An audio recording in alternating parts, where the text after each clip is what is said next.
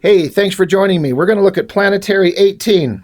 But before we do that, I'm sorry, I know I'm doing this often, trying to shout out my own work just to get some eyes on it, to get some interest in it if there's anybody that's out there that wants it. But it's all about the hustle, right, my guys? It's a business. I've got some stuff that I have available if anybody's interested. To start off, I've got a sketchbook. It's the black and white kind of regular comic book sized sketchbook. It's a bunch of female figures. It's something I've kind of put together of drawings that I've done over the years. I think there's some interesting stuff in there. Also, the big one, the big work that I've done a He-Man fan comic.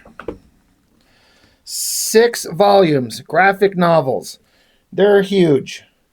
And like I said, they're all graphic novel sized, big books. You can see big story that I've told. I've taken the 80s cartoon concept, which is my favorite version of it all, and just kind of made an adult comic book of it, the kind of thing that young kid me would want to see as an adult.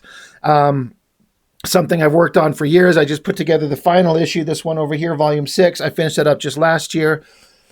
It's something I'm pretty proud of. You know, it's not perfect by any means, but it's a guy just making a book telling the kind of story that he wants to do. And it's all about training and practice for me as well, trying to make the best thing I can and learn how to make comics and perfect the craft to the best of my ability while I can. So 6 volumes. Ready to go. If you're interested, hit me up, ask me some questions. I'll answer them as best I can. Also, there is a publishing house, Cosmic Lion Studios, and they do a book called Ghost Agents. And I was lucky enough to get to put in a 6-page story in this book. It's treasury size. It's on newsprint, and there's lots of awesome artwork in here from several different people. It just looks fantastic. It's really cool, and I've got several copies of this. They sent me a bunch more to be able to move as I see fit. So if you're interested in something like this, hit me up. I've got these things all available. I'd be happy to work out a way to get them to you if you want to do a donation to the channel, shall we call it. Okay. Business side is done. On to the fun part. Planetary. I say this every time I do one of these comics where they don't get many views, and it's kind of unfortunate because it's one of the best comic books I've ever read. I say this every time. It might be my favorite comic book of all time. It's definitely in my top 5. And it just kind of clicks all the little buttons that make me excited about a comic. It's a superhero adjacent, but it's there. Science fiction, Indiana Jones, archaeological, sci-fi adventure. It's so hard to describe. We're on issue 18.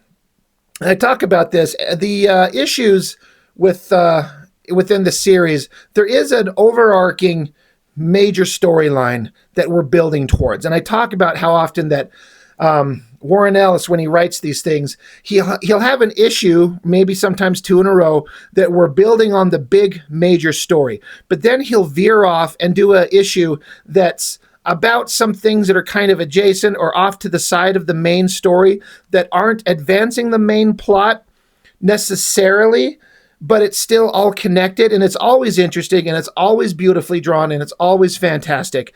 But I would get frustrated when I was reading the comic because I wanted to read the main story. And part of the frustration was that the publishing dates of these things got really spread out. Sometimes a year or more would go in between issues. And when you'd finally get an issue after waiting for so long, yes, it's always well written and well drawn, but you want to get back onto the main story where the Planetary team is fighting the evil version of the Fantastic Four. It's brilliant stuff. But if you get to read them, like if you pick it up now and you could just read it all in one sitting, none of that even affects it. So, that kind of issue wouldn't even be a problem. This one is one of those issues where it takes and goes off into some random direction that has almost nothing to do with the main story. But it's also one of my favorites of the book. And it's just this random, I get the feeling, I have no way of knowing. I would actually love to be able to talk to Warren Ellis about this, kind of get his thoughts on what this stuff, how it come to him. But if I had to guess, I would say that this is like probably an idea he read about. a concept that's so wild and so weird. There's no way that it would work, but there's elements about it that maybe it would work. Like, just imagine if they did make it work. And I'm talking about in a real world setting, like crazy sci-fi ideas from people who were coming up with things in like the late 1800s, for example.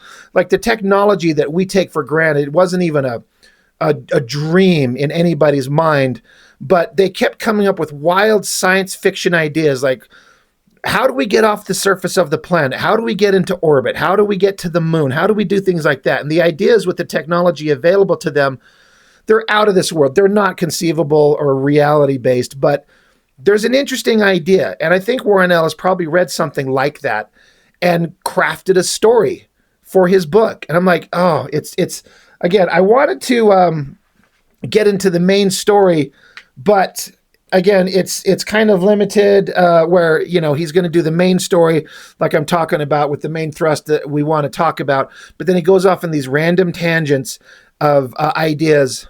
And but this is one of my more favorite ones.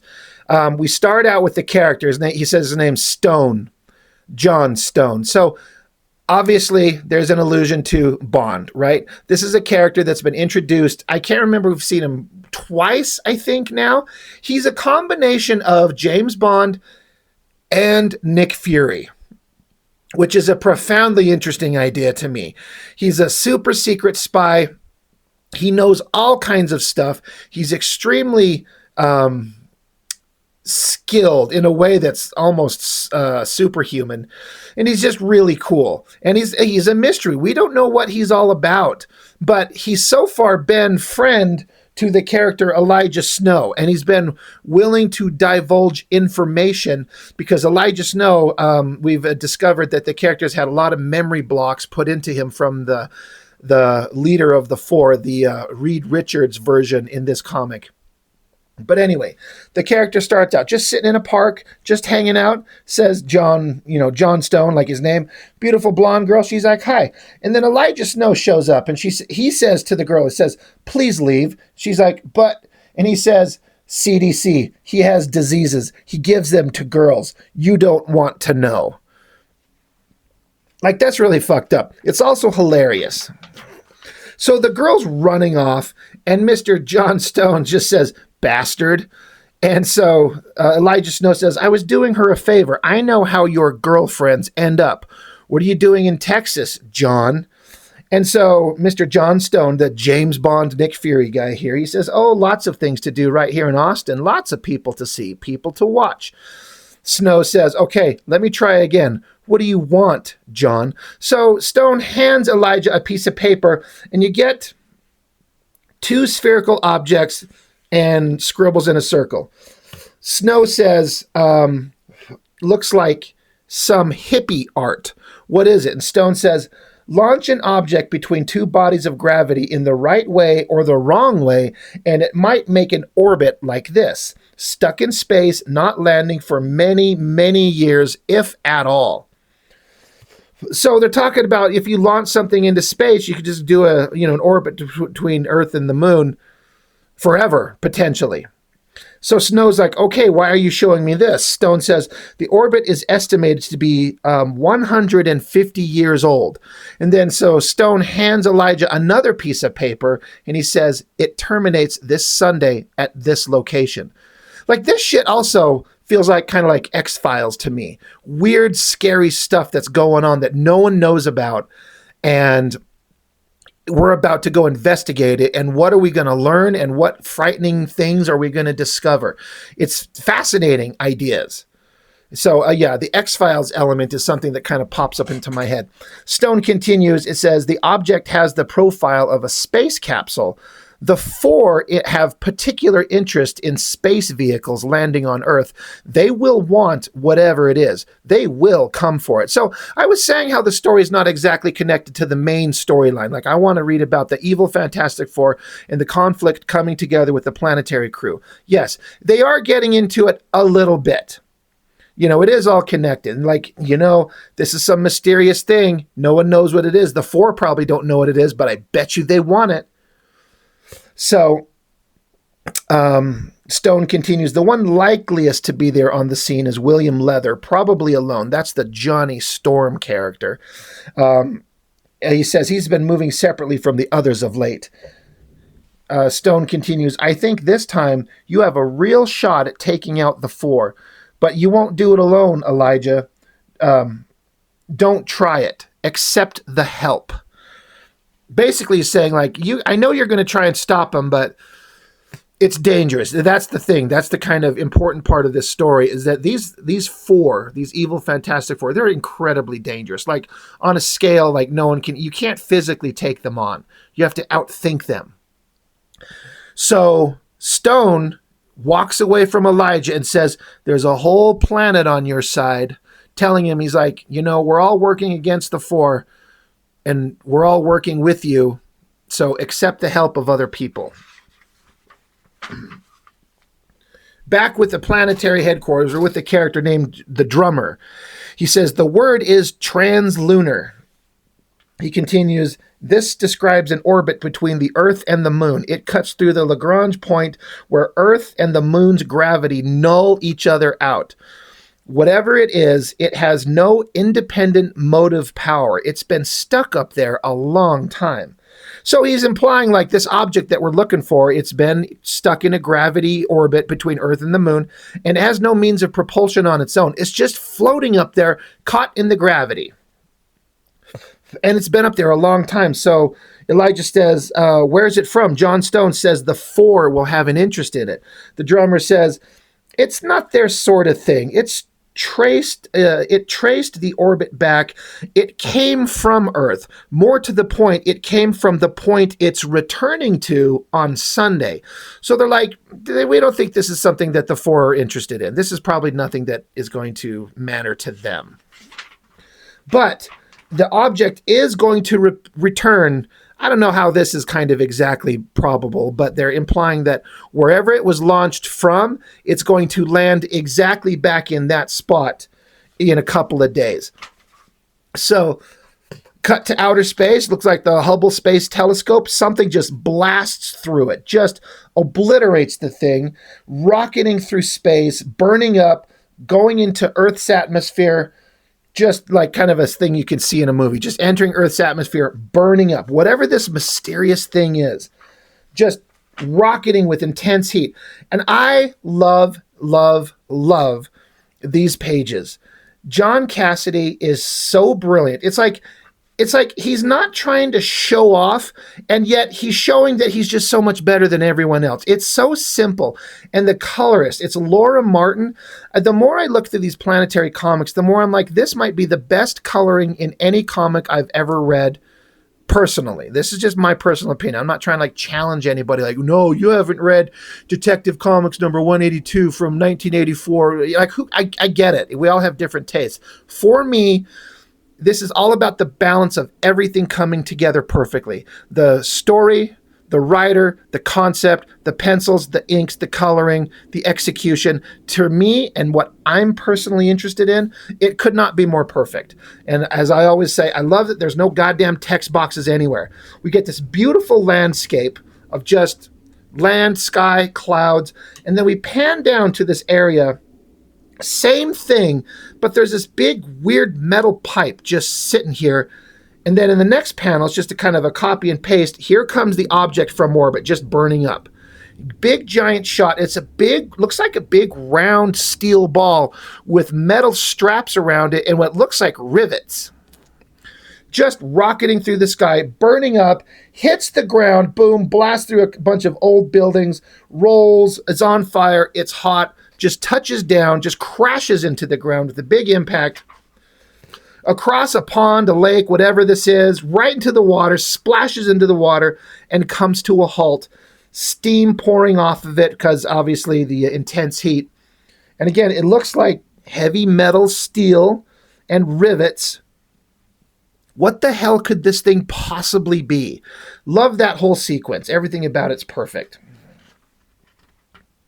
If I could turn the page here. The object sits in the water And then we kind of pan up through the steam coming off it into the sky. And coming down through the steam is the William Leather character. This is the Johnny Storm version of the evil Fantastic Four, which they said in the previous pages. He's on his way. He'll be there. We can almost guarantee he'll show up. And there he is. He lands, he's hovering there, looking at the metal device in the water. He gets on the phone. He calls the Reed Richards character. His name's Randall Dowling. He says, "I'm here, Randall. Got your fancy spy satellites working yet?" And he just kind of continues. And we only hear the one side of the conversation. We don't hear the voice on the other side of the phone. And so this William Leather continues. He's like, yeah, whatever. I want something in return for this. You can't just blow me off and then call me running the minute you can't. To hell with that. You get this, I get something back.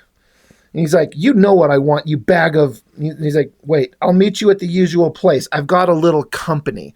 So he looks up. There's a helicopter. This is the Planetary helicopter, or, one of them. Planetary has their own significant resources. A giant cable comes down, clamps onto the metal ball that just fell from space. William Leather's not about to let somebody take this thing that they have interest in. So he flies up to the helicopter, gets right next to it.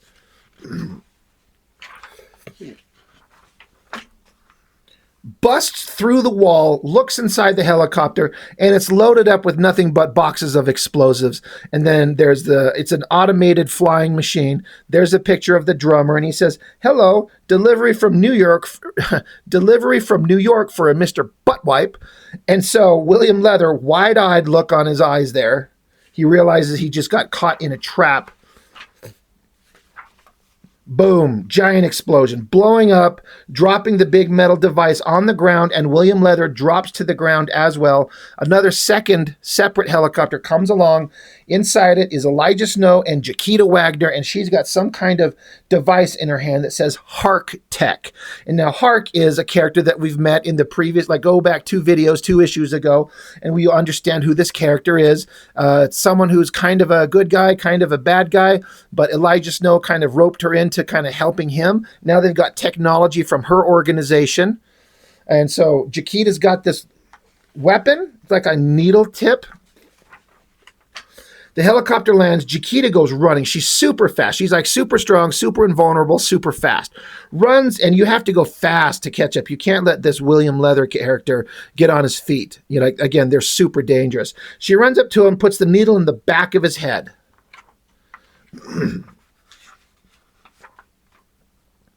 So Elijah gets out, and there's more helicopters that have landed, more soldiers working for Planetary.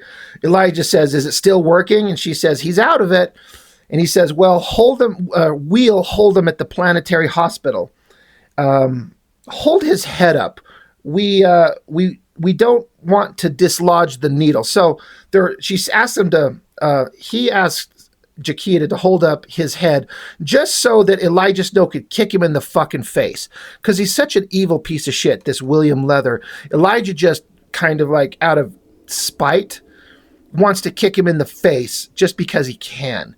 So then he walks away and says, "Take that piece of crap away from me." So they've captured the Johnny Storm of the Fantastic Four. It's a big deal. But now they're left with the giant metal ball. What the hell is it? That's the whole mystery. I'm sitting here when I was reading this book the first time, I can't wait to see what's in this thing. What could it possibly be? Jaquita says, "So what is this then?" Elijah says, "Beats the hell out of me. It's been in orbit for 150 years. It's way before my time."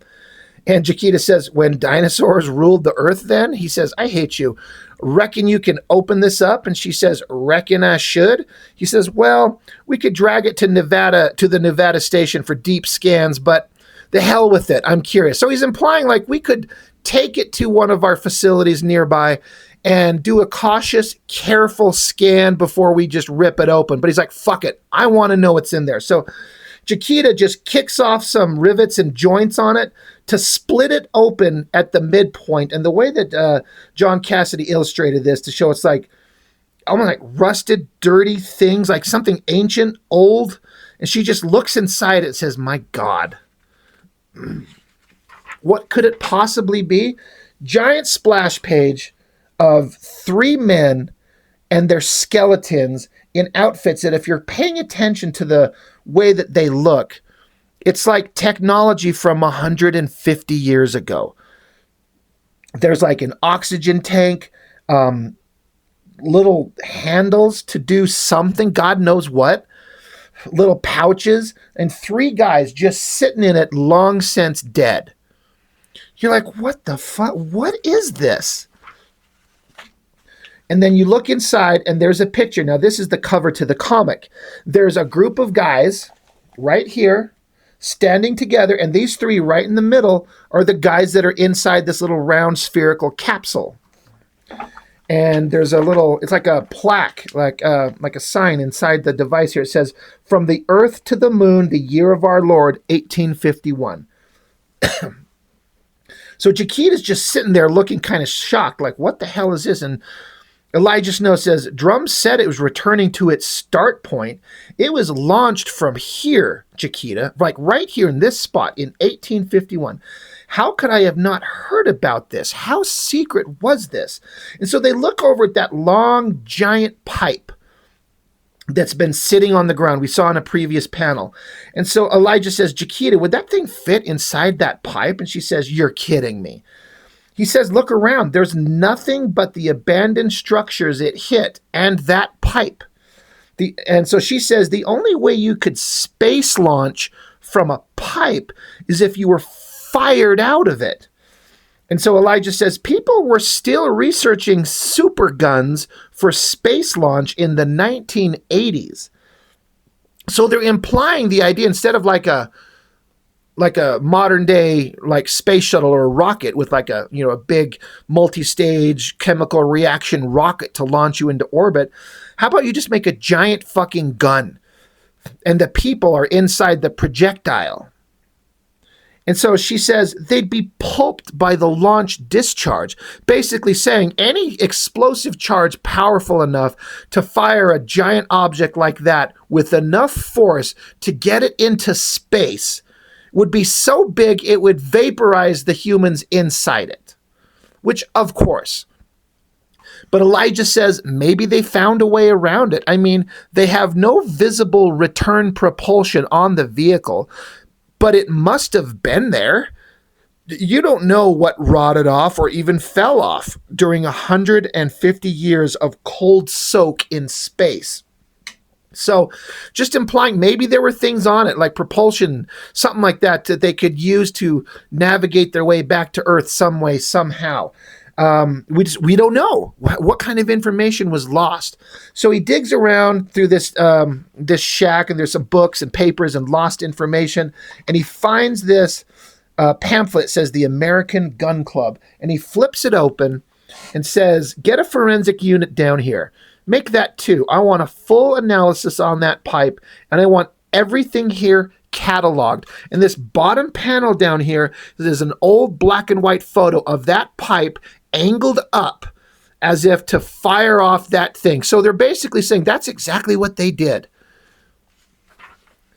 And then a couple more pictures of them, like, got the pipe opened up, kind of like loading the breech on a gun, right?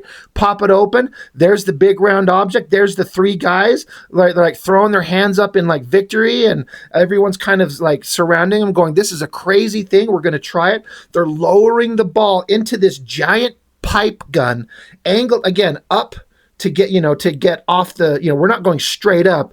You fire it at an angle and let it just kind of get up into Earth's orbit. And then there is like I'm trying to think of the term here, where everyone involved signs this book, and it has like dates on it. Like, let me bring it up here. Yeah, it has dates. And so there's a whole bunch of names, and one of them says Jules Verne, like the author, right? Like he was on board that. And so Elijah Snow just stands there and says, "Imagine it. They launch a moonshot with all the available technology at their disposal. With all the available technology at their disposal. Iron and explosives. But they've got no way to contact the capsule. All they can do is wait for it to come back. Days, weeks, some of them drift away, months, more leave. Years pass and they all remain silent. The launch site stands empty, and I bet you that every night, every single one of them looked up at the moon and wondered. And it just ends with this shot of one of the guys who were in the space capsule kissing his lady goodbye. And Elijah Snow says, "Strange world, and it's always going to be that way." And that's the end of the story, The Gun Club. Written by Warren Ellis, art by John Cassidy, coloring by Laura Martin, lettering by Richard Starking. And so, yes, it has some elements to obviously connect to the Evil Fantastic Four storyline. Yes, there's elements in there. But this whole idea of this, I'm betting that Warren Ellis read about this, because he said, Elijah Snow said, that therefore I'm pretty sure this is the writer, Warren Ellis, saying that they were investigating the possibility of, how did he word it? I don't want to misquote it. Super guns for space launch since the 1980s, like as recent as the 80s. I believe that that's probably a fact, that they were like, is there a way to make this work? Like, I know that I've seen some video of them working on a technology to get things into orbit with what's the word for it, where it's like a centrifuge, where it's like something that just goes in a circle and it just keeps ramping up the speed over and over and over until it's just going super, super, super fast. And they have to kind of get that momentum going up for, I think, days. And then at a certain point, it releases an object at the end of an arm that's in that spinning centrifuge and throws it. And if with enough momentum, it would reach orbit.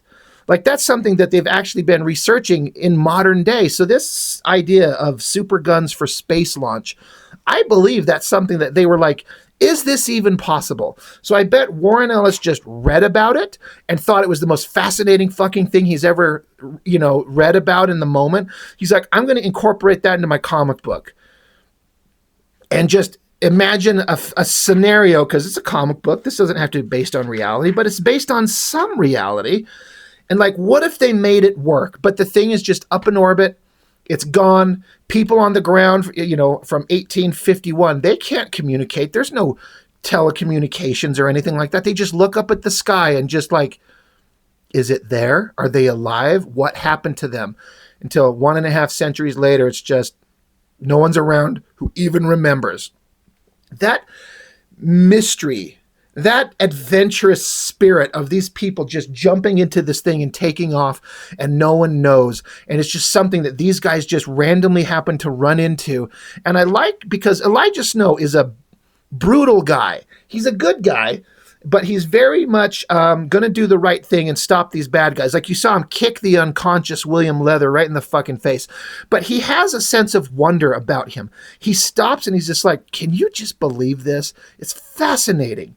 It's scary, it's frightening, it's bravery on the likes of which you'd never even witness otherwise. It's just a fascinating thing that doesn't give you any answers. It just gives you some information and leaves you to wonder and just kind of ponder the possibilities of like, whoa, what would that be like? God, can you even imagine? And that's it. This concept is never brought up again. It's just one and done in this comic, boom, over, we're on to the next stuff. It's brilliant. It just gives you enough information to make you think and wonder. Maybe you go like researching on your own now. Like, you go hit Google and like, fucking super guns for space launch? Is that a thing?